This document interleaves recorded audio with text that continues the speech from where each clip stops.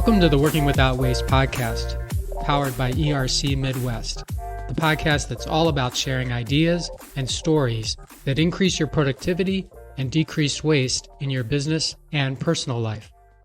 I'm your host, Mike Malatesta, one of the leaders here at ERC Midwest. Our guest today is Brad Deflin. Brad, welcome to the Working Without Waste podcast. I'm glad to be here, Mike. Well, we're glad that you're here because you've got so much great information to share to protect us. And before we get into that, I'm just going to let people know who you are. So Brad founded Total Digital Security in 2013 after 25 years in executive leadership roles with Merrill Lynch, Lehman Brothers, Wells Fargo, and JP Morgan. His career in the financial services industry honed his expertise in operations technology, risk management, and online digital security. The experience fueled his vision for a comprehensive approach to providing individuals with enterprise-grade protection from cybercrime. With powerful software and cloud-based security operations centers, TDS provides an integrated and holistic approach to complete online privacy and digital security. Results are seamless for the user, simple to administer and verify, and affordable for private clients and families, professionals, and small businesses. And full disclosure, I met Brad at a YPO event where he was talking about the work that TDS, Total Digital Security, does. And I walked out of there and I was so frightened by some of the data that he shared, particularly about data about how much money is stolen from people by hacking them at their home. Maybe not exclusively at their home, but at their home. And I signed up for his service because it made me feel so much better. And he'll tell you why what he does makes you feel better. So Brad, let me get started here and just ask the first question that I have, which is why private networks and why now? Sure. So we were talking about the risk at home and in our personal lives. And really, anybody that's connected to the internet with what's called an endpoint or a device called a laptop or a phone or a pad or anything else has risk in terms of their personal information and in terms of that information being used against them to engineer some sort of an exploit. Especially in the US, since the internet has evolved, so many of us in this country have kind of bought into the free element of what's out there on the internet, which is really ironic considering those that are providing us with these free services on the internet, in many cases, are 30-year-old billionaires. And so it begs the question, how do you give away something for free when on the other end, that's making somebody into a billionaire in a matter of short period of years? And, what's that equation? And obviously it has to do with the value of our personal information. And Silicon Valley and the tech industry is very cognizant of the value of personal information such that they create free, quote unquote, products in order to essentially trade you for the right to use their product, for their right to collect all of that personal information and own it themselves, which gives them all the rights of ownership to your personal information. For example, if you use a free email account, you have essentially contractually handed over all the information that will be transmitted over your email to the provider. Say it's Google, say it's AOL, say it's Yahoo or somebody else.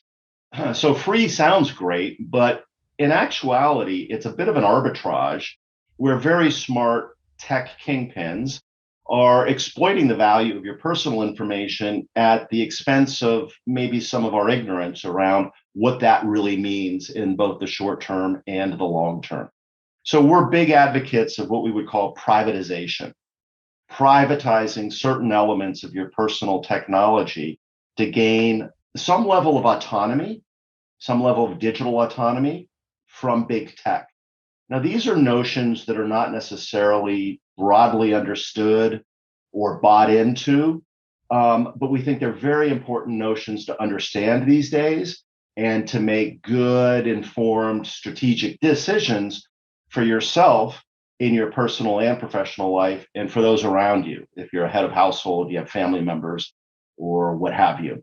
And so privatization takes place in the form of email, for example. We encourage people to get their own email domain name. I have an unusual name. I'm able to get Deflin.net.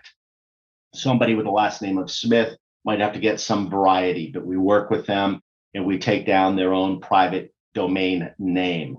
Then we host that on an enterprise grade system that is made for email, made for user experience, and made for privacy and security, as opposed to the public free products that are really ultimately designed mainly to collect our personal information and monetize it in some way.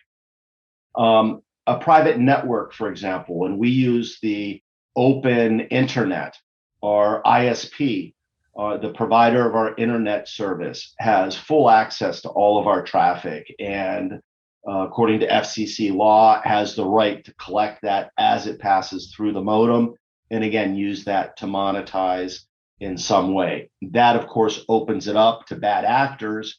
They can also tap in and collect that sort of thing. So we create essentially private internet experiences where the bad is carved out.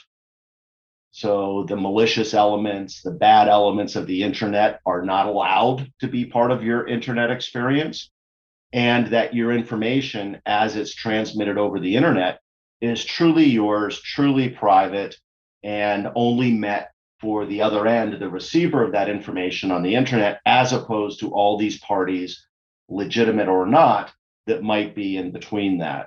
So privatization of our personal technology and digital autonomy from big tech, so that we own our information, so that we're in control of our digital footprint, or at least a lot more in control of our digital footprint than otherwise, is a big element of what we do. It speaks to both security, privacy, and as I say, a level of autonomy and control.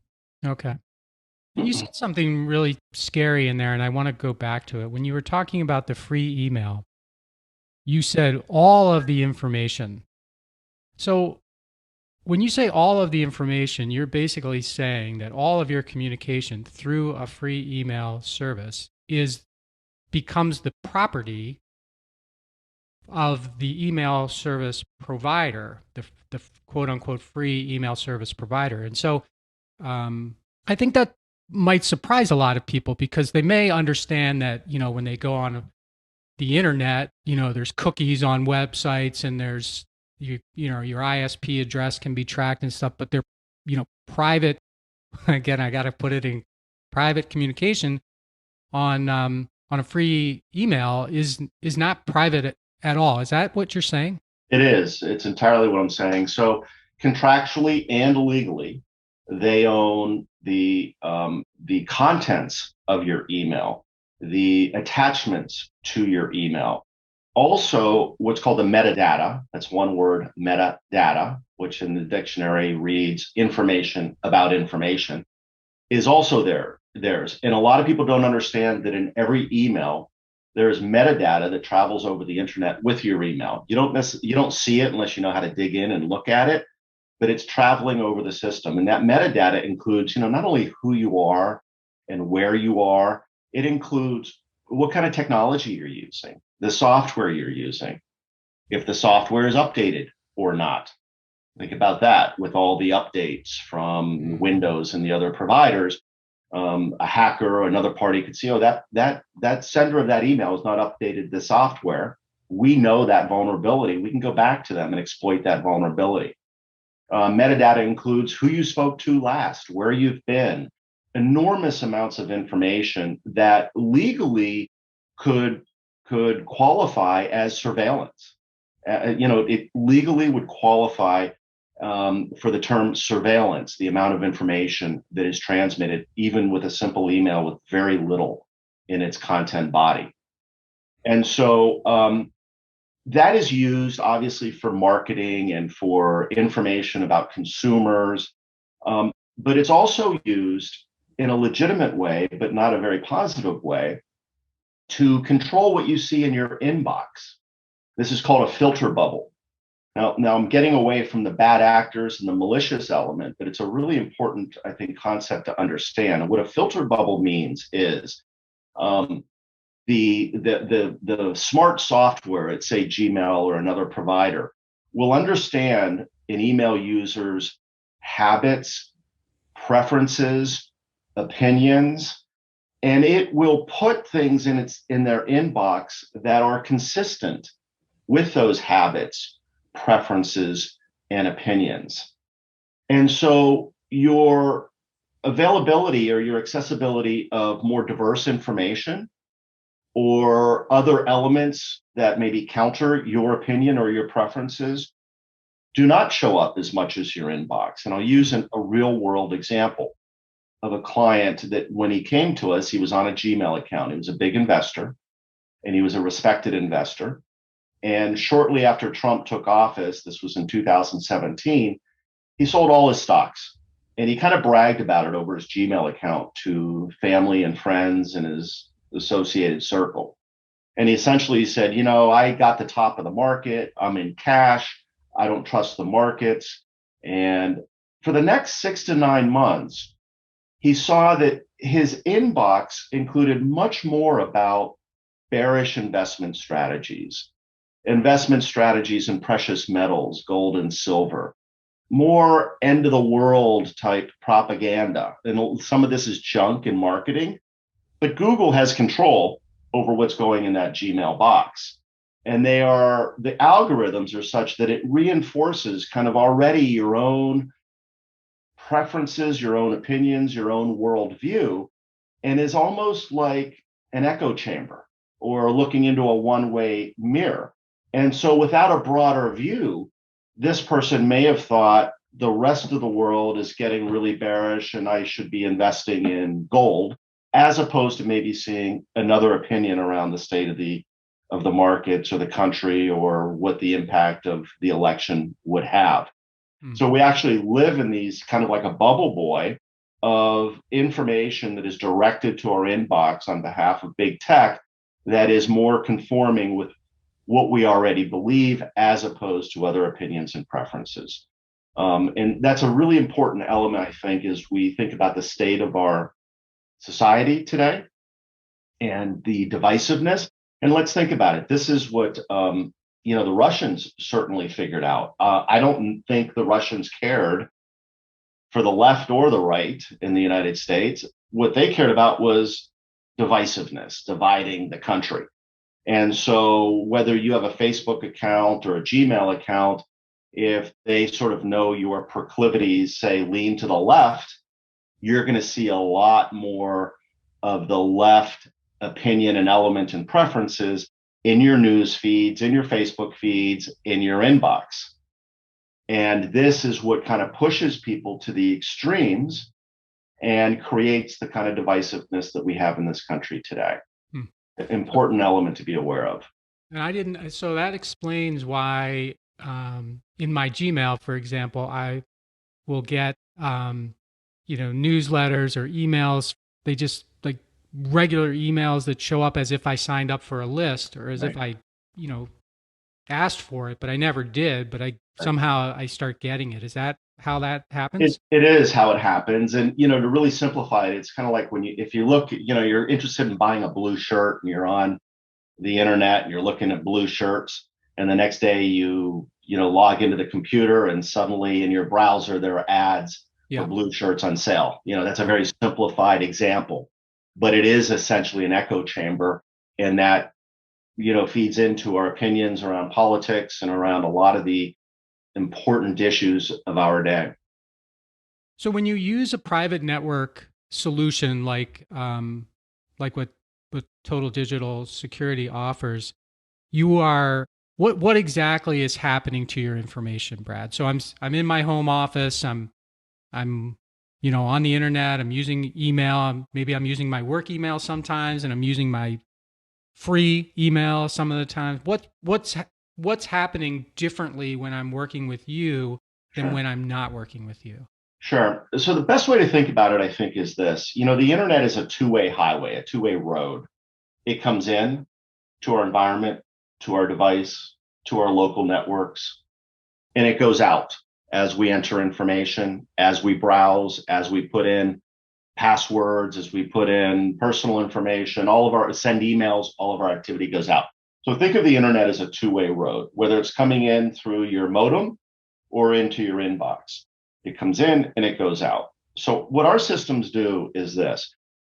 It essentially puts a gate at, for example, the modem or the inbox. And it says this: if you are a known bad actor, and there are intelligence agencies around the world that 24/7 collect the identities of who the bad actors are. It's a big business because in cybersecurity and in privacy, if you know who the bad guys are, you can close the gate on them, right? So if we know who the bad guys are, it's a pretty easy proposition. When new bad guys are found on the internet, within 60 seconds, our systems are updated. So that known bad guy will not get in your environment. They will not get in your network. They will not get in your inbox, for example. All right. Okay. Now, the trick is that it's kind of whack-a-mole in cybercrime. As soon as we identify a bad guy, they go someplace else and they kind of change what they might look like on the internet. So now they're a bad guy, but it's not known. So the trick is, well, how do we stop what could be malicious actors if we don't know they're a malicious actor at the gateway? And there is where artificial intelligence and machine learning come to be. Now, since 2013, and the industry really over the last decade has collected enormous amounts of data around what do the bad guys look like, how do they operate, and that is feeding the artificial intelligence software and algorithms, and those are constantly getting more effective at, well, it looks like a duck, it smells like a duck, we better treat it like a duck. We can't identify them as a bad actor, but boy, they sure do look like one, so we're not going to let them in. That's become really effective stuff. So what does get into your environment, what does get into your network, what does get into your inbox is legitimate stuff. It's not known bad actors or potentially known to be bad actors. It's clean, if you will. On the other direction, your information goes out of the gateway. It goes out of your network. It goes out of your email system. In that case, we encrypt, right? If there's a silver bullet in privacy and cybercrime, it's encryption. Encryption works enormously well. The science of encryption has come a long way.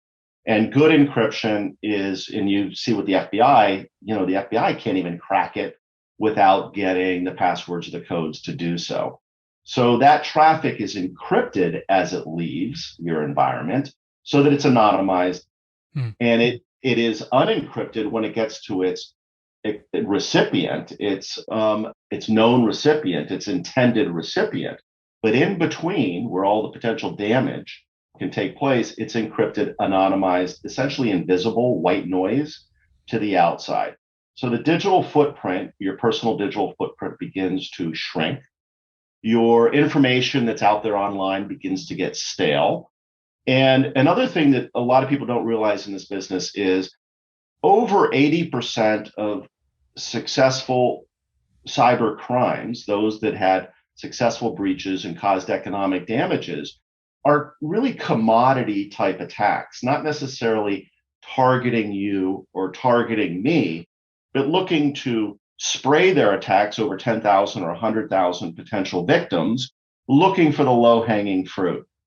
And if they don't get, if you're not in the low hanging fruit, they kind of move on, as opposed to you being targeted or me being targeted, or like a Hillary Clinton or somebody else that would be targeted, where the bad actor has a lot of resources, a lot of time, and a specific agenda to attack that target. Most of us are not in that category. We're more part of the masses.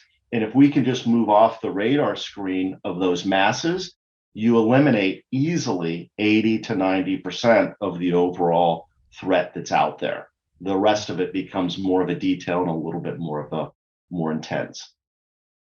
Okay.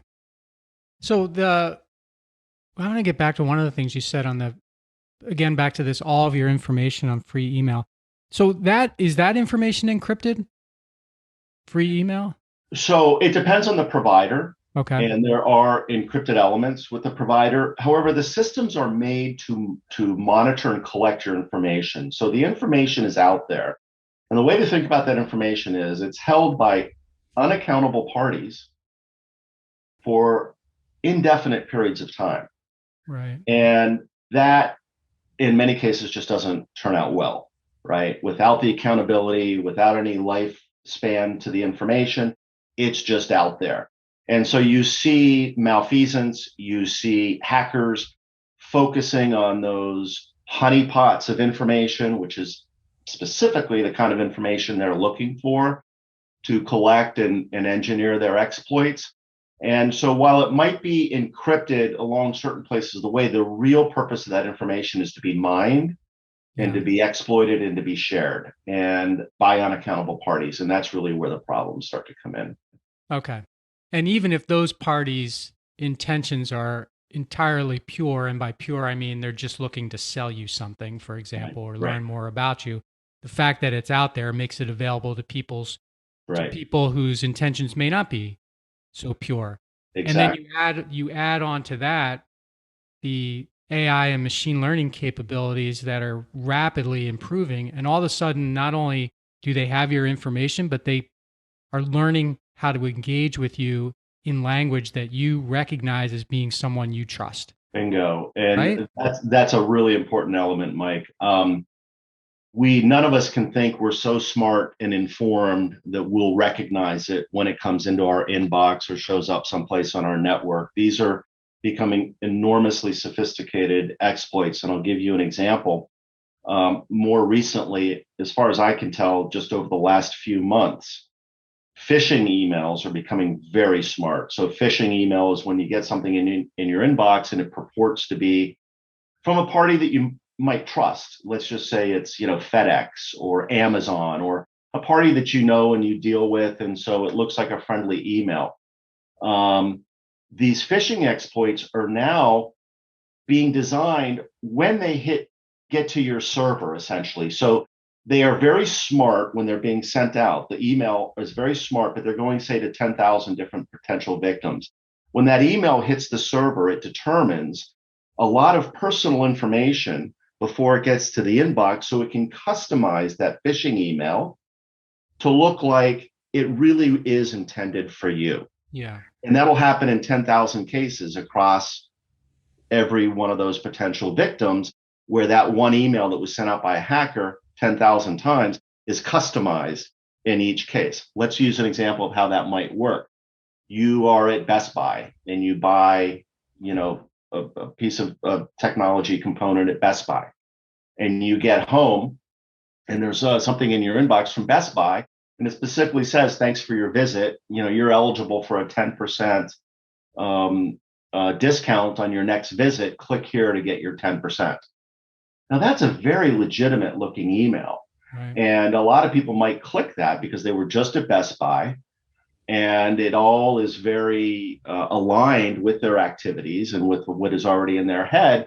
And so that's a very potentially effective phishing email, when in fact the hackers simply have a system that'll know that you've been at Best Buy and they have your email account, and very smart software is putting these pieces together as their exploits travel over the internet. So when it gets to your inbox, it looks very much like something that you could expect or should expect and is legitimate, and socially engineers you to click into what ultimately could be the problem.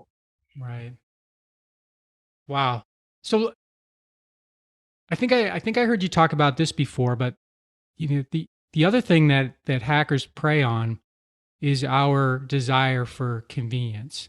Mm-hmm. And um, for example, apps.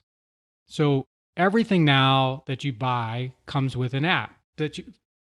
Everything you buy, say for your home, comes with an app. If you buy a new refrigerator, comes with an app. A new Right. grill comes with an app. Your garage door opener comes with an app. App.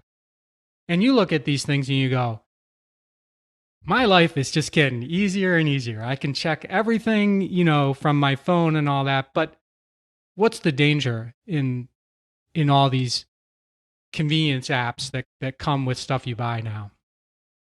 If you look at the stock markets, some of the most successful stocks are those that are in the business of collecting personal information and using it to grow a business, to market, to somehow grow the business. So, excuse me. So everybody wants to get in the information collection business. Let's look at Equifax, right? Equifax is supposed to be a credit monitoring, credit scoring company. Some of their executives a couple of years ago said, we could sell at a much higher multiple in the stock market, a much higher share price, if we were in the business of collecting this really rich information that we get and reselling it, like the Googles of the world and the Facebooks of the world that are multi hundreds of billions of dollars of valuation. So they got into that business and of course were hacked. And there's some real ethical and moral elements that are still being, studied and figured out. So when we look at a refrigerator that comes with an app, or we look at in a household appliance that comes with an online app, in many cases it is to make it convenient, but in other cases it is also to collect more information that may have nothing to do with the refrigerator. When we install network security, managed network security in a home network, a home Wi-Fi system, we can see what in that environment is trying to send personal information home. We can see, for example, a Roomba robotic vacuum cleaner. We had a client where his Roomba, he happens to have multi-levels in his home, and he had a Roomba on each home.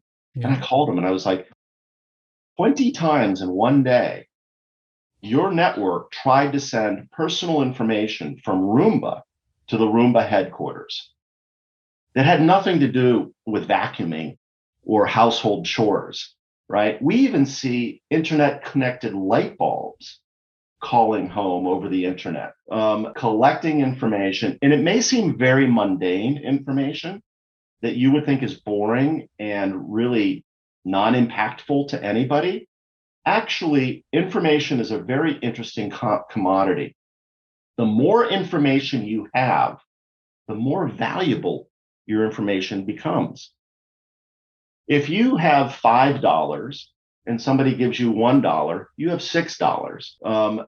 But if you have 5 pieces of information and you get a 6th piece of information, each one of those pieces of information becomes more valuable because they can cross-reference all the other pieces. And when you take that into hundreds or thousands, suddenly this very mundane, boring, everyday information begins to have a lot of rhyme and reason to it and can become very valuable to a marketing company, a sales company, or a hacker.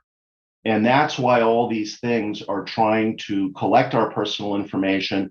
And that's why these companies are so interested in monetizing that, because it's a profit imperative these days. Okay. So it's no longer just about, well, I'm this age demographic and I work in this industry, and right. It's about, what are my habits? When am I home? When am I not home? Exactly. Yeah. Wow. Yeah. All right. Well, I know there's a ton more to tell here, Brad. How does someone get a hold of you to find out more about how you can help them be safe in their home with their networks and their privacy and everything else? Sure. So you can find us online. The company is Total Digital Security, totaldigitalsecurity.com. It's a mouthful, but 3 words, .com, Total Digital Security. You can also email us at info@totaldigitalsecurity.com. We're a very people-oriented business. Ultimately, this business is around people. The cybersecurity technology is amazing these days. The technology for privacy is incredible these days. A lot of money is coming into it, very smart systems. The technology works. Our challenge, our mission really is to connect people in their everyday lives that value privacy, that value the value of their personal information, want to reduce risk. And this has an element of personal safety also. There's a convergence between cyber crime and physical crime now. So these are really, cyber is really redefining the notion of risk. So anyway, that's our approach to business. You can find us online. You can email me. and we'd be glad to talk to you about what we do and how we might be able to help you. And I'll just add to that, as I mentioned, I am a customer of TDS, and I don't understand how everything's working. Brad explained, how the highway goes both ways. But what I do know is when I'm engaging in especially financial transactions of any kind, right, I feel like I'm in so much better position having this private network than I was before, and I didn't even realize it. Thank you, Mike. Yeah. Thanks, Brad. My pleasure. Thank you for listening to the Working Without Waste podcast. If you like what we're doing, please subscribe to the podcast on our website at www.ercmidwest.com or wherever you listen to podcasts. We'd also be grateful if you'd rate the podcast and leave a review. That helps other people find us and gets the show's value into more people's ears.